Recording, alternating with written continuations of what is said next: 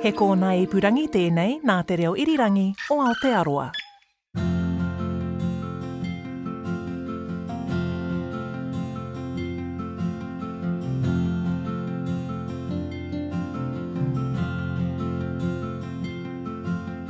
Kia ora koutou katoa, and welcome to The Long Way Home.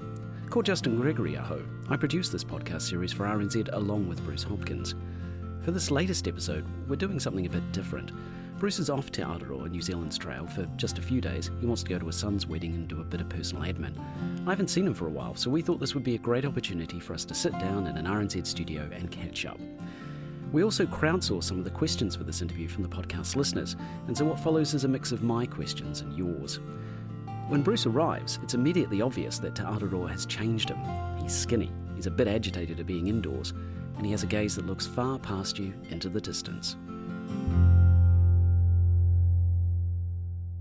It's a weird feeling being back. You start getting itchy, and it's like, oh man, I want to get that section out of the way. I want to have a go at that. You've only been back, what, 2 trail. days, 3 days at the most? No, I've been back five days. So long enough to already get itchy. You get a little twitchy. I'm looking at you, and you're, in the nicest possible sense, you're less of a man than the one I sent off on this trail, Bruce. How much weight have you lost? About 5 kg, 6. I think, from my kind of really standard weight, probably 7 kg, but I was training for a year to do this, and that had me at around 85, 86 kg, and I'm 80. I've been under 80 one time. When I was somewhere where I weighed myself, I was like, whoa, 79. That's pretty light for a guy of your size. You're a tall man. Yeah, and then I chuck the pack on, and that takes me up to 100. Which is a bit to haul around. Yeah. I got to lose weight out of that pack, man. So you've been on the trail for about, 2 months now? Solid 2 months. Off and on the trail. Yeah. How far have you walked? I think I've either just done or I'm just about to do 1,000 kilometres. 1,000 So kilometres. that's a third. The biggest buzz was someone pointed out to me, one of the other walkers, you just coincide with these other trampers, mostly people from overseas, but a few Kiwis doing it. I think more Kiwis this year than previous as well. But you'll coincide at campsites, or sometimes you'll walk a couple of hours during the day, or maybe all day. But usually you get going at your pace. If you stick with people, that's good. If they're faster, they go ahead. If they're slower, they drift behind. You meet up at the campsite if you're going to the same places. And in discussing stuff with one of them one day, I said, I think it's like 750 kilometres we've just knocked. And they went, yeah, it's a quarter. And to think, what? We've done a quarter. I had clocked when I'd done 20%. Right. But somehow a quarter meant that much more. It was like, wow. There are trail markers indicating the trail all along the way, but there's nothing indicating distance, is there? How are you keeping track of distance? People have written on some of the trail markers. It's Right. cool. I know at 900 kilometres, where was that? That must have been heading into Te Kuiti somewhere. Was it? Yeah. But it was, someone had written 900 kilometres.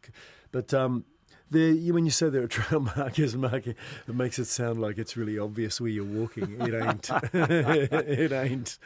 How different has the experience been of walking to Araroa from what you imagined it would be? You're about a third of the way through, so it's early days in a way, but how different has it been so far? It's the physical reality of what I knew was coming. I followed some blogs last year. A young German woman, Bettina, and 4 young American guys who were tramping together, and then some others as well. There's a woman, Red, a local woman. And so I would follow some of their blogs, and I saw, like Bettina was a fantastic blog to follow. I couldn't wait till she managed to update some more info and everything. And you saw the photos of the blisters, and you saw the photos of the mud, and you read her writings of how she was just so not into it and hadn't been into it anymore for a couple of days, but knew that she just had to keep going because she's in an isolated part of the country where, as I say, there's only one direction, it's forward. Going back is not going to achieve anything. And so I kind of knew it was coming, but it's brutal. It's kind of more brutal than I thought it was going to be. There are days that are more brutal. One of the most popular questions that's come in has been a pretty obvious one, I think, and it's one we're all wondering. How are your feet feeling? Your feet are jandals good. today. Yeah. They're a bit messy, Oh, aren't there's they? two toenails that are gone. But they were painless. I didn't experience pain. They just wore off. They were- that little one there, that came off the other day. That That's toe's, nasty. that's still from 90 Mile Beach. Now, of course, the other question that everybody wants to know about, a few weeks ago, something happened. You've been walking with your father and brother's ashes from Cape Reinga to Stewart Island. They got lost. I've actually had someone ask me if it was a publicity stunt. It was not a publicity Not stunt. a publicity stunt. Yeah. Where do you think they are is what everyone's asking. I struggle to try and... Part of me still believes they're just sitting somewhere in the pouch where they've fallen, but I've looked everywhere. I only went to 3 places, a cafe, New World Supermarket, you know. There was an RNZ camera in there as well, a small digital camera. And that was emblazoned with RNZ. So if anywhere like those places had found it, they would have had that immediate point of contact. So it's either they're just sitting in some little nook or cranny that, you know, I haven't looked, but I can pretty much guarantee I think I've looked everywhere, or someone's found it, got the camera, which is no use to them because they can't charge it. There's no charger in there, and seen these 2 little things in the side pocket, and probably opened them, maybe tried to open them. I had taped them shut. Yeah. And turfed it. It was, you know, it's ashes. How does that make you feel? Kind of okay. Dad and Doug wouldn't worry. And in fact, I think it was them trying to escape. I was talking to my mum about it last night. Cause I think one of the really interesting questions that came in for me was when we first spoke to you for the very first episode, you were telling us the story of your father passing away and your brother passing away, and you had quite a strong emotional response to it, which I think took you by surprise, eh? Yeah. With my brother, it was because you know I was the celebrant at the funeral, so. That his mates has threatened me with the bash if I cracked up. So you had to keep straight. So and so I've always been pretty cool around it. My sisters Lindley and Wanda and my mum Coe, you know, they still get pretty raw if there's any discussion around Doug, and I've always been really fine with it, really. So it was, I have found a couple of times, even on trail, I was talking to someone at one point, and suddenly this emotion started to well up and the tears started to form. But well, that was the question. Has walking with the ashes changed your relationship to the grief you're feeling, to the loss of your father and brother? No. They, you know, I knew them very well as people, and they truly, if anything, they've caused this. If there is an afterlife, and a spirit being or something, they're in cohorts going, bugger this, man.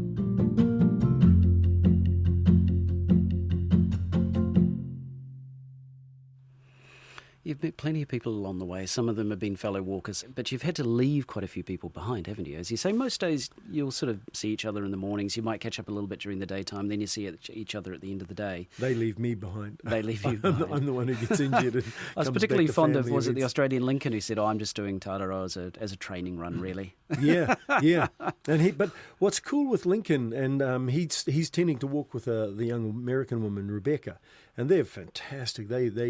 Man, I've seen the pace they set, but they always come, when I refer to them and their pace, they always come back to me and say, mate, we have found when we're walking with you that we're kind of thinking, are we walking this fast to keep up with him? Or is they kind of are saying, you got a good pace going on. So I'm starting to have a little bit of faith in that. But like I say, when I hit the hills, it's a different game. Well, it might surprise you. It might make you feel good too. I edit the audio that you send in each week. And a lot of the audio is when you are walking. And I can tell you the difference in pace, because I can hear your stride as you're walking.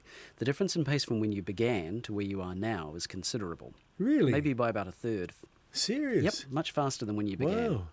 How's your health, Bruce? Health? Oh, I'm over it.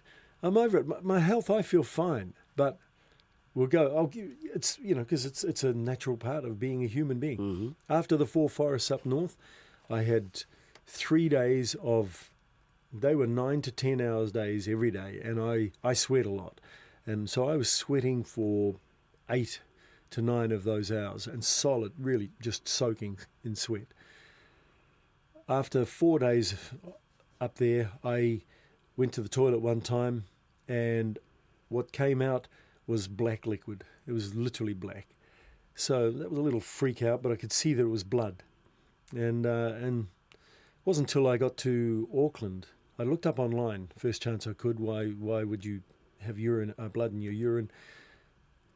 Of the list of reasons, endurance, activities, sports, dehydration, and I have an anticoagulant that I take after my heart operation just under 2 years ago. So those are 3 of the list, and it's like, oh, okay, I know what's causing this then. It's that combination of that.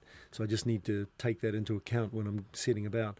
That was in Northland, and now more recently you've had another bout of it. Yeah, going through from Hamilton to the base of Parongia Forest, and then camping overnight there in the stunning Kaniwhaniwha little campground with the river. We're soaked in. It was just glorious. And then doing Parongia, they recommend staying at the hut up there, but most of us there were 4 of us from the campground that day, and we all wanted to get through. So went right through, and that was a long day. That was about a 10 and a half hour day. Then the next day was another long day into Waitomo, and those 2 days, again, black. I could see it was getting darker, and then it was black at one point each of those days. Then the day and I thought, okay, Tikawiti, there's a hospital there. I'll go to the hospital when I get there. I don't feel anything. And then when walking Waitomo to Tikawiti, I don't go to the toilet at all day. I'll go to the toilet through the night a couple of times, but many of the other people have said the same thing. You know, you're just dehydrating so much, you're sweating so much. You're trying to put as much in, 2 to 3 litres, but you're reaching an equilibrium, I guess. So I had to have a pee on the way to Tikawiti, stepped over at in the forest there, and it was red blood. And it was like, oh, there's a little change going on. So I went to the hospital, had blood tests. I'd checked with a doctor here before I set off after my injury again, told her about this, had blood tests then. Everything comes back fine. So that doctor recommended I get a scan at some point. I've had the scan, and there's a little thing they want to look at in the bladder, in the lining of the bladder. There's some little thing, but it doesn't sound like it's something that's too worrying. Kidneys are all fine. They were thinking about maybe kidney stones or whatever. But so everything comes through fine. And I'm pretty much, I've got my anticoagulant brought down to 110 from a 150 serving.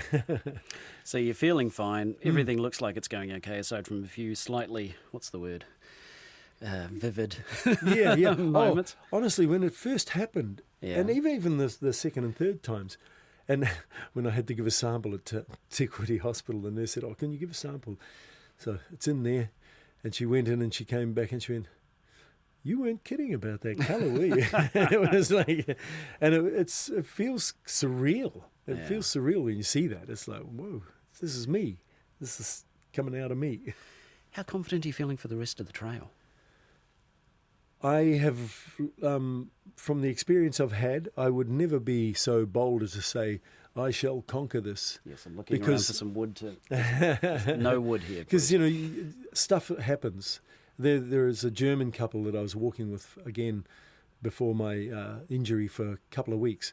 And they were machines. Beautiful, amazing people, such cool people. And but machines. And I've just had a message saying one of them has had an ankle injury, so he's been out for a couple of days. It doesn't matter how fit, how strong you are, and tramping's not about strength. It's about, I learned this from the Auckland Tramping Club. It's a power to weight ratio, and so, which is a form of strength, but it's that version of strength, and it's part of it is luck. I've had a couple of times, man, when I've been hauling up some steep, and the message I got yesterday about the Te Araroas from Julie was just like, oh man, some of the up and down is scary stuff. And so you have moments where you're on a point of balance, and you manage to pull back in, because, this weight on your back, if you're up a steep slope and that weight gets you, you're not going to stop it. And you're just going to have to try and hope that you don't injure yourself in the fall. The Long Way Home is produced by Bruce Hopkins and Justin Gregory. That's me. The executive producer is Tim Watkin. The engineer is Jeremy Veal. Subscribe to every episode of The Long Way Home podcast at iTunes or at radionz.co.nz/series. And while you're there, please rate us. That way more people get to hear these stories. If you go to the Long Way Home webpage at rnz.co.nz, you'll find an interactive map that follows Bruce as he walks Te Araroa. Bruce is also on Twitter at BruceHop, so get in touch if you've got tips, questions, or can offer him a bed, a meal, or a hot shower somewhere along the way. You can also email him at thelongwayhome@radionz.co.nz. Bruce Hopkins will be back on Te Araroa Trail and taking the long way home again soon, so keep listening. The Long Way Home. Whenua, whakapapa, whānau. Follow us.